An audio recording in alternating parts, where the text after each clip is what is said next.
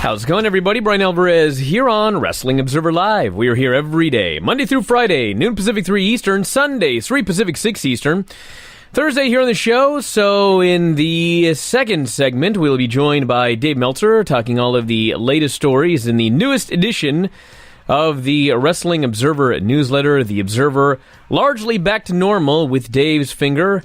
I'd say at about 70%. He's typing like a madman. Got an Observer out this week, so we'll talk about everything going on in that. In the meantime, a lot of news from the last couple of days and leading into the future. I mean, I don't know why bother bringing this up, but hey, it's news. Mark Raimondi on Twitter. John Jones, who is fighting this weekend for UFC. 2 atypical drug test findings earlier this month in drug tests administered by the Nevada Athletic Commission. He will still be cleared to fight at UFC 235, the same M3 metabolite of oral Turinabol as before. More details coming to MMAfighting.com. The drug that keeps on giving. But hey, they don't think it's affecting his performance, so they're allowing him to fight. Talk about that. More news coming out here soon, I'm sure.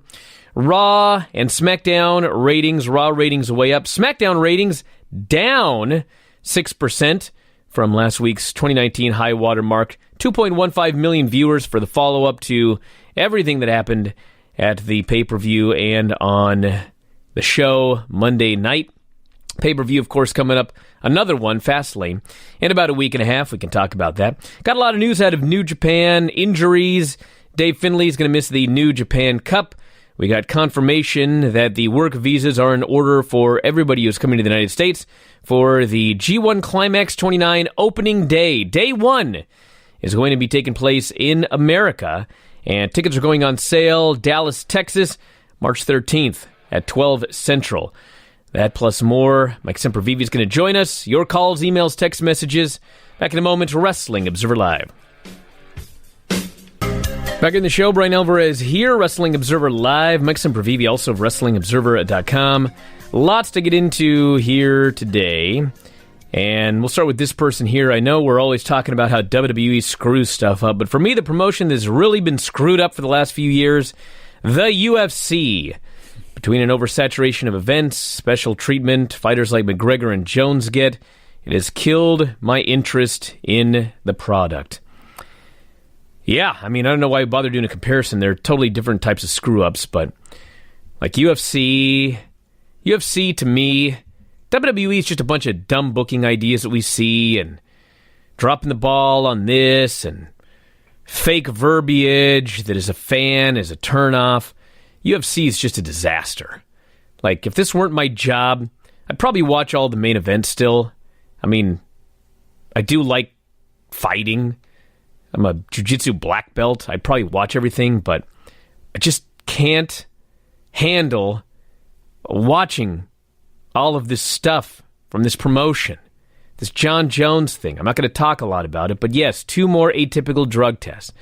I know that all of John Jones fans are going to say, oh, it's just proof that he's telling the truth about this pulsing, even though there's no evidence whatsoever that pulsing actually exists. Like, yeah, it's happened to a few people, but that's not proof that it exists. I mean, it could very well be proof that these people that it's happened to keep taking it. We have no idea. We don't know anything about this. There's a lot of other people that have failed drug tests. They're not pulsing. So I don't know what's going on. All I know is there's a guy that keeps failing tests. There's a substance in his system, and they keep letting him fight because of who he is. It's ridiculous. So, yeah, he's headlining a show this weekend. And yes, his last show did very, very well. That's why he gets special treatment. We'll see if this one does very, very well. I mean, the UFC is not unlike any other sports or entertainment endeavor. If you're a star and you draw money, you're going to get special treatment. It sucks. This one sucks in particular because he's out there fighting people, punching them in the face, and trying to win fights against them with stuff in his system. It's especially stupid. But this is where we are right now, and gotta listen to everybody defending it and this and that, and yes, it sucks. That's my speech. Perfect story for this era. In a lot of ways, it really, really is. Well, this is this. No, well, this is this. Like, just because you can make an argument to something doesn't necessarily make it right. And we're seeing that right now with him. It is what it is. It is amazing. Grew up watching boxing my entire life and just thought, how could you top it? And it's been the ultimate hold my beer with John Jones. It's one thing to give preferential treatment to stars. Of course, that happens everywhere, especially in a business that is driven on individual stars, not in a team format, on individuals. So it's going to happen, and things aren't always going to be what they seem. But they have taken this to a whole nother level because of the state athletic commissions, because what we thought or what some of us hoped that USADA was, and to see all of this kind of end up in this big sloppy mess right now is painful.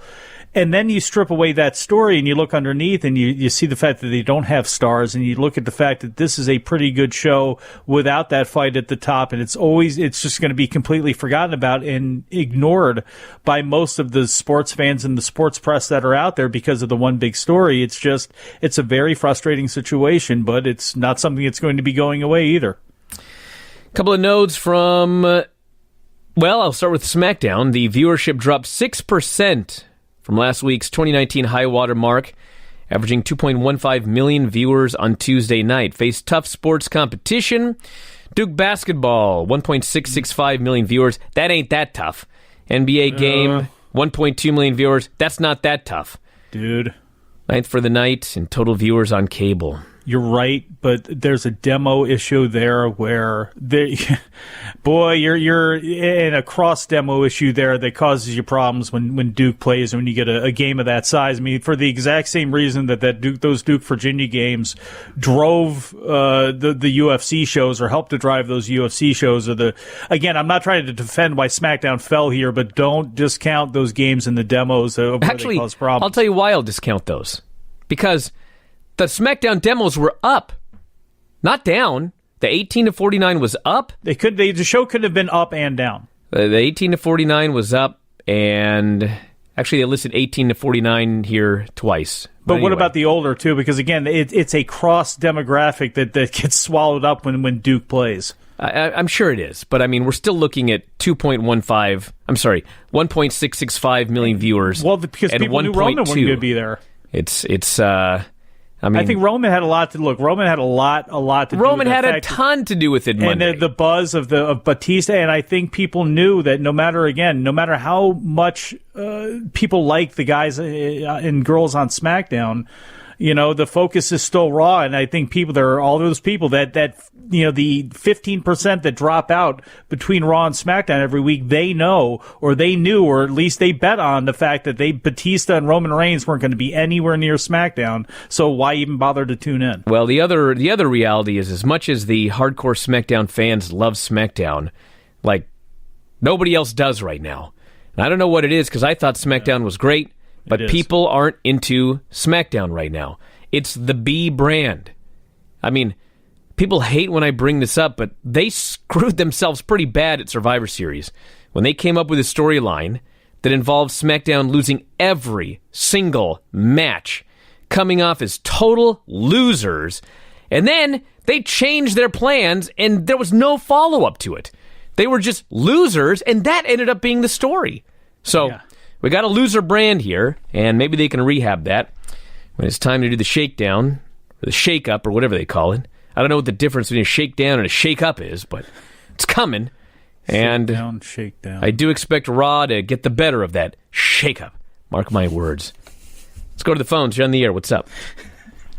Hey, Brian. Hey, Mike. How's it going? What's up? It's going. It's Edward from Morro Bay again from yesterday. I actually wasn't going to call, but after the call yesterday, I was blasting Nine Inch Nails, and then I realized I completely forgot what my second question was going to be, so I have it written down right here, and let me put that forward for your consideration. What Nine Inch Nails song were you blaring? Yeah, why were you blaring a song during your call?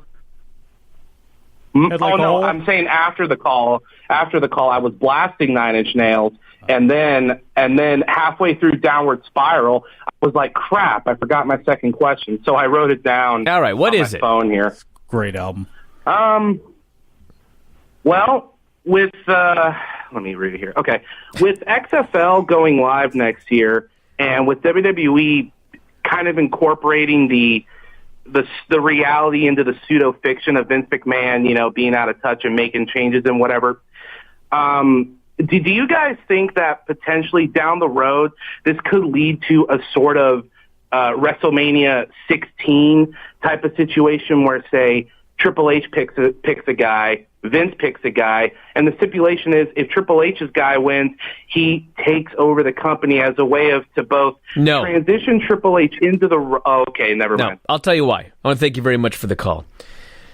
The reason this is not going to happen is because, as ridiculous as this sounds, and it is... I can't swear on the air, but I cannot tell you. You can think of every profane word you would think to put before ridiculous.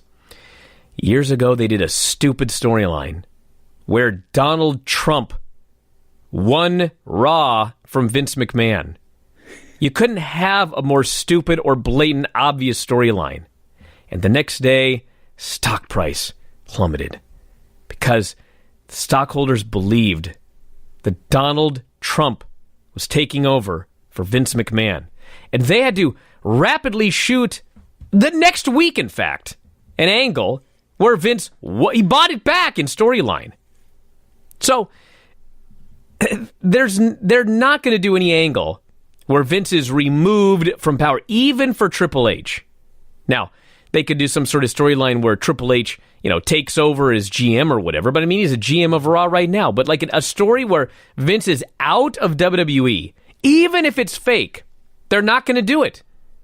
So and if they did do it on TV too, it would either be Shane or Stephanie or both of them, and that's how it's transitioned over. It's to the group, not just to Triple H. Yeah, this summer I got a book coming out, 100 Things Every WWE Fan Should Know or Do Before They Die. I want everyone to read it and read all about that whole Vince McMahon, Donald Trump Raw thing. It's the craziest story ever for that particular week. Back in a moment, Observer Live.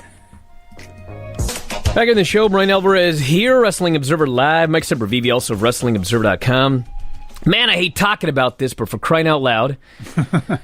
More John Jones. 2 more atypical findings.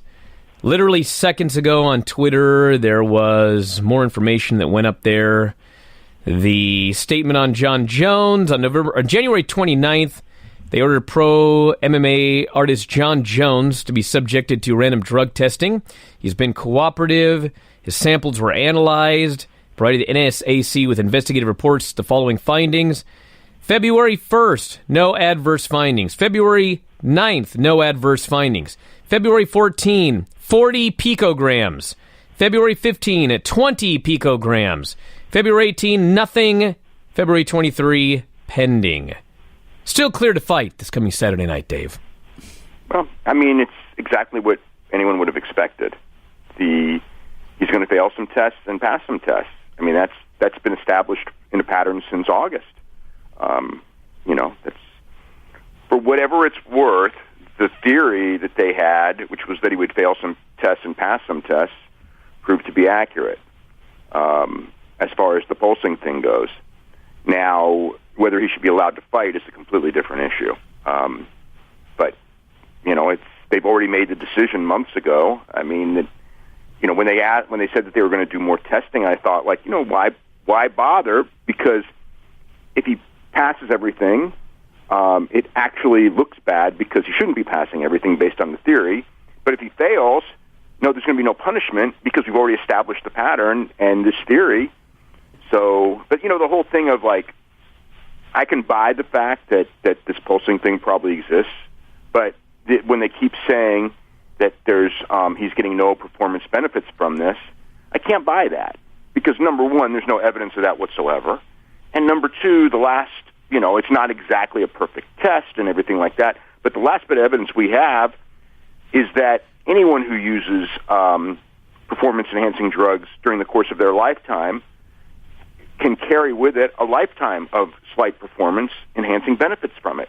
So the idea that there's none, again, there's been no tests that prove anything that there's none later on. I mean, it's that's the stuff that bothers me. These experts are still saying this over and over again, and it's I've been around gyms my whole life, and you see guys who did a lot of juice, and then they come back and later, and they respond quicker than guys who didn't. So it is performance-enhancing benefits. And I mean, this goes on, I want to say the whole life, but certainly during your athletic prime.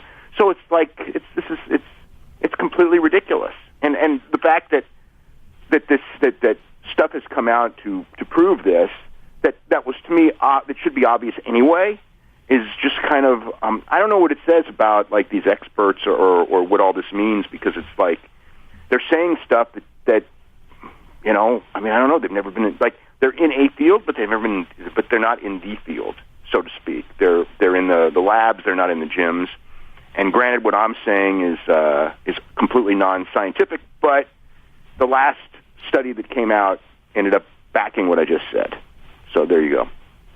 Dave, the response to why this doesn't happen anywhere else is it does happen in other places. It does happen in other places. Where is it happening, and how is it being monitored or treated? Because it seems the way that UFC is doing it is wrong. But, like, how is this being treated in other sports? I mean, there are cases that USADA is doing, like John Jones, but they've kept the names quiet, that they are adjudicating the same way. There are also other sports that don't use USADA that just consider it's a failure, you're off the field.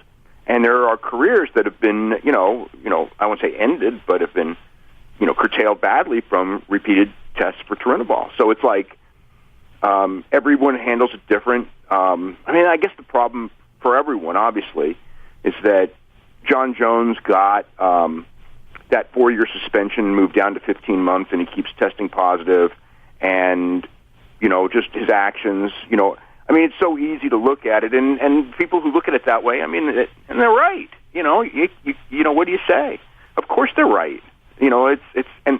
It's like, so every time a new John Jones story comes out, it comes back to keep giving him these benefits. And the fact is, if they never did, and he had the 4-year suspension, and then they explained this, perhaps people would look at it and go, well, he was suspended for 4 years for this, and he's had for those 4 years, he's had these consistent test results, so I guess maybe there's something to it.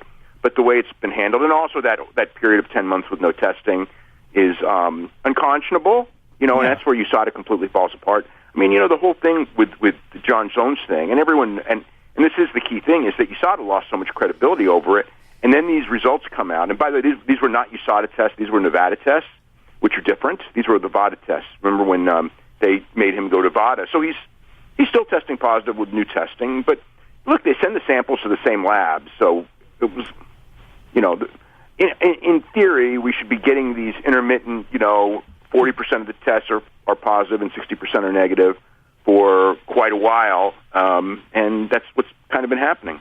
Dave, is there a difference in the test just because he seems to come up clean more for USADA than he does for VADA? Like, if I'm looking at the test list here, and it's I guess you could say that, but it's still a crapshoot.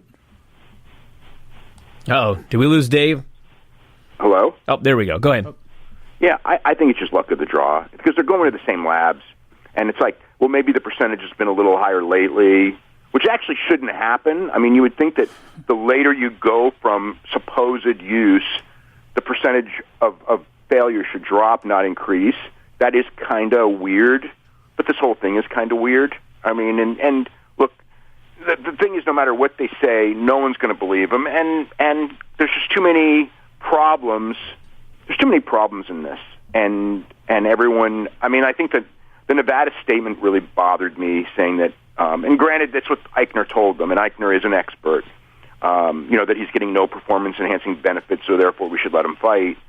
So you got to go with those experts if that's the people you're sending your tests to.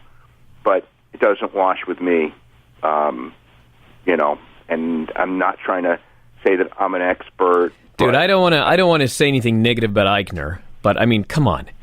I don't care. Yeah. There are zero studies. That's right. On Turinabol and whether or not low levels are performance. There's zero. It is merely there's zero evidence. It's a theory that he has come up with. It is his belief, but that's it. Well, the whole thing of nobody's tested. You know what? I mean, that's the thing that bothers me. It's like if you had done like long-term tests and stuff on guys who use stuff, and then were testing low, and then testing their performance throughout this, and then you have something to go by. You can say that, but you can't say this because there's no evidence of this. This is just something that you're trying to say. And again, like the last test that came out, which shows that you actually have benefits throughout your life from this. Not that it goes away once you pass the test. And he's not even passing the test. So it's it's a real troublesome thing. The whole drug testing thing is real troublesome. But Don Catlin, who was like the U.S. expert in this, who retired a couple of years ago, he has really bad qualms about like basically dedicating his life to this and realizing how fruitless it is in a lot of ways, that there's still always ways to beat the tests and things like that. But and we all know that. But when a guy fails the test and then you kind of give him a pass, and again, it's not someone who, and it's someone with a track record who probably doesn't deserve the benefit of the doubt. And I think that's another thing that really bothers people. It's like economically, his economic impact on the business gives him the benefit of the doubt, but his actual moral character shouldn't give him the benefit of the doubt. So they go with their own economic interest to create this story that he's not getting any performance enhancing benefit. It's like, why do you say that? Because you're literally just talking out of your ass when you say that. I mean, to me, here's what the story comes down to. There's a guy who failed for an illegal substance, and he kept failing for it. And there's apparently two options. One, he kept taking it. Or two, there's this thing called pulsing. And I believe there is. And you know what? I'm skeptical of it because, yes, they say that there are others that have pulsed, but how do we know that those others haven't just kept taking it? Where's all the other pulsing? How many people have failed drug tests in UFC and have never pulsed? Like 98% of them? And so because the 2% claim that they never took anything, we're going with this pulsing thing. It's not Turinabol failures, though. Turinabol failures are relatively rare. So if you're failing for other drugs, that is a different thing. I mean, the pulsing thing. I mean, I like I said, when I studied this stuff in the early '90s, I heard about pulsing even then. It's not something new that just came up. But back in the early '90s, if you failed the test, the reality is that they didn't use that as an excuse to let you back on the field.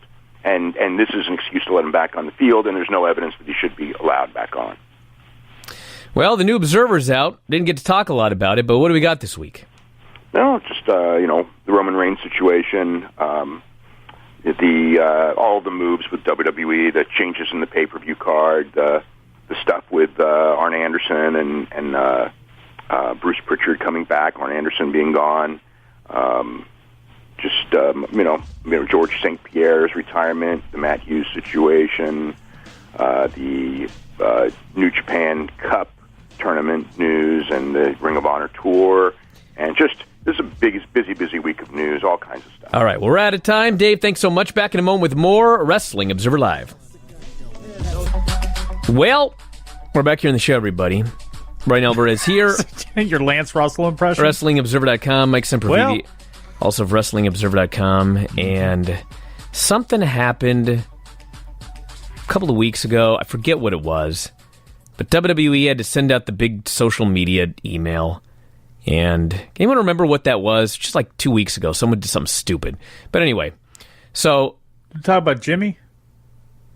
No, who was it? Somebody did something stupid on social media. That's not getting pulled over. Oh. Somebody did something. Somebody remind me. Anyway, the point of this is, so here we are, it's like a week later. Ronda Rousey on Twitter, cutting a promo on Becky. You hobbling around trying to be a ginger crutch ninja and taking fake prison photos in the hallway is not helping. That's her best one so far, though. Becky responds, keep the F word out of your mouth. Concentrate on getting better at this business instead of trying to remain above it.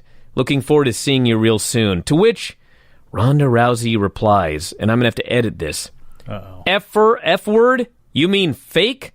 Fake like your nonsensical BS armbar that doesn't even work and just looks like you're holding the member you wish you had. She used the D word instead of member.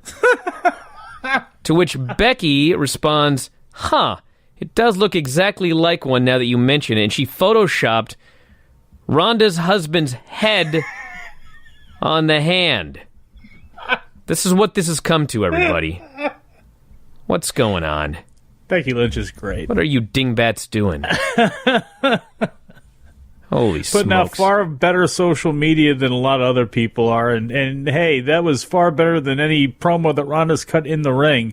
I know how authentic she is, and I'm not trying to bash her or anything like that. But, that banter back and forth has been better than their banter in the ring.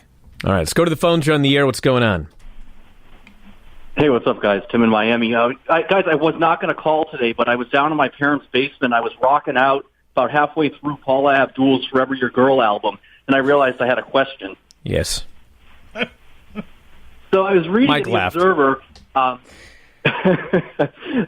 The Undertaker still doesn't have something for Mania.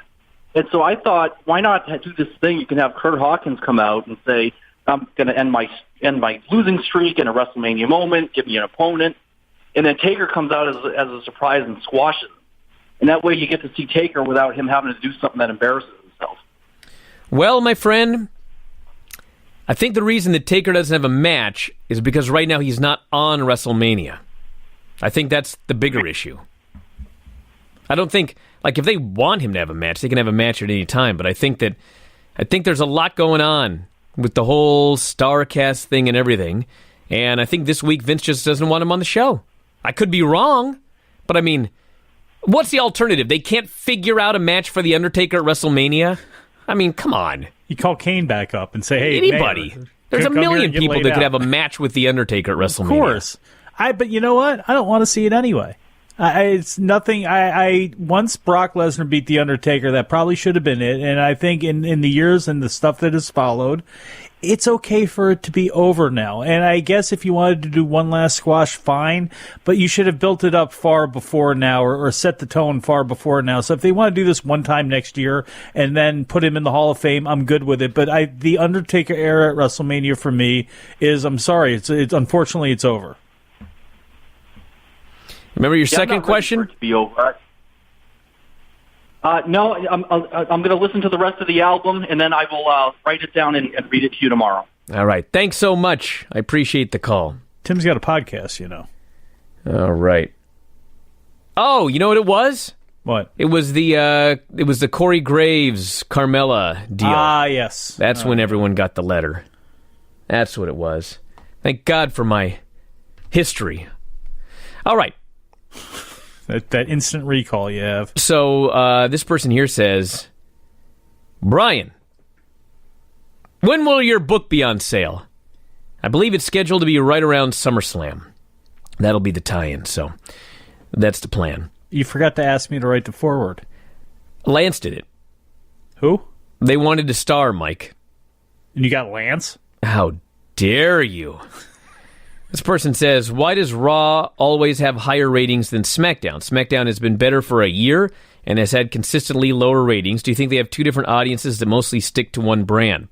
Well, the answer is your statement that SmackDown has been better for a year is a subjective statement. In your opinion, and in the opinion of all of the people who love the blue brand, SmackDown is the better show, but it is an opinion about a subjective matter. And the reality is that among WWE fans, around 75 to 85% of them will watch SmackDown every week, but the rest won't. They watch Raw and they're done. And to them, Raw is either the better show, or it's got the bigger stars, or they feel it's a more important show. That's the answer to the question. I don't even think it's... I think just for some people, Raw is to WWE like Kleenex is the tissue paper. This is hand me tissue paper. They hand me Kleenex. If there's going to be one show that they watch, it's the one that's been on for whatever, 26 years or whatever it is now of Raw being on. It's just that show, and it happens after the pay-per-views and all the reasons you can name why somebody watches Raw or people lean towards Raw. I think it's just that's the way it is. Well, we got another person that just texted here. I was listening to you and Dave discuss the SmackDown ratings. I can only speak for myself, but I'm married with 3 kids and a full-time job. I cannot give 2 full nights a week in a row to wrestling. Do you think SmackDown will be better on Fridays after a break in the week? Well, here's the thing. in theory, SmackDown should do better on Fridays because it's going to be on Fox. Now, we've seen SmackDown on Fridays, and the reality is that Friday is not the best night for professional wrestling. SmackDown did okay on Fridays, but SmackDown did better on Thursdays. Now, granted, it's hard to say, day, blah, blah, blah, because there's just been a slow erosion of the audience. But because Fox, the network, is in significantly more homes, merely moving to Friday should result in SmackDown doing better numbers. Now, are we talking 3.5 million? I'd be flabbergasted if they did that much better. I mean, if somebody wants to go and find out it shouldn't be hard. I can't do it in the middle of the show, but if you want to find out the audience, the universe for USA Network and the universe for Fox, and do the math and add the percentage difference in terms of audience to whatever SmackDown did this week, you can probably get what they should be getting on Friday nights. I don't know what they're going to get. I do also know this. Back in 1999, Nitro was a 3-hour show. And obviously, when you have a 3-hour show, as we see with Raw, there's 1 hour that is the lowest rated of the 3. So, when Vince Russo was in charge, he wanted to get rid of the 3rd hour. And simple math. If you have a 3-hour show, and you're averaging the 3 hours, and you're getting a number, and you remove the lowest rated hour, and you average together the other 2 hours, mathematically, the average rating should be higher. Right? Yes. Okay. Well, they got rid of the low hour, and that didn't happen. Seemingly impossibly. Well. So, in theory, when SmackDown moves to Fox, the number should be higher, but I can't promise you anything. Maybe there is a finite number of SmackDown viewers, and being on Fox is not going to add one new person who decides they want to watch pro wrestling, and the number will be exactly the same. We have no idea till it happens. It's weird. Sorry. No one's on the phone. I had nothing else to add to that. I mean, that's what it was. What a painful time it really was, and the erosion, and to see what happened there, and ultimately to where we are today, because a lot of what happened there led to the problems we have today, and a lot of problems are being repeated from that time period, which is just head-scratching to me, and it is difficult to believe for a company that's making billions of dollars, but nothing is forever, and this is why I worry about what happens down the line with the way things are changing, with how people take in their programming and the amount of things that are out there and everything else. The strongest fan base that exists today are still the ones that came up through the multiple boom period and are in their 50s or 40s and over, and I'm interested to see who's going to be left after all this, and what this thing's going to look like in years, because at least we had stars. We had a lot of things that were linked to the past. The more, these shows get out of hand, and we'll have to see what happens when Hunter takes over, because Vince isn't going to last forever. But it's really interesting to see how many people are really being sucked into becoming hardcore pro wrestling fans now, because if you're not that big of a fan now, how are you really going to come back to it later on down the line? You know what I mean? It's just going to be one of those passing things, and wrestling needs a hardcore fan base to survive, and they have a hardcore group for right now. But I don't know. Again, the demographics show that is starting to age out. I like how you told me to go to the phones, and then you just went on for 2 minutes because you said there was nobody on the line. I got a million text messages. Oh, some of them have good questions. This person here says Ron, his tweets are an argument for scripted promos. No, they're an argument for getting off Twitter. And this person here says, this is Gabe in Las Vegas, would USA pay more for a 2-hour Raw with higher viewership? Well, here's the thing.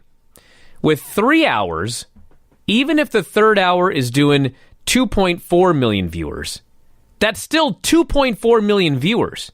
It's a bad number for WWE when you look at them historically, but it's a very good number for an hour at from 10 to 11 for the USA Network. So if Raw is averaging 2.7 million viewers now over 3 hours, and you cut out that third hour and they get bumped up to 3 million viewers, but it's only over 2 hours, that's still not as valuable as having 3 hours over 2.4 million viewers.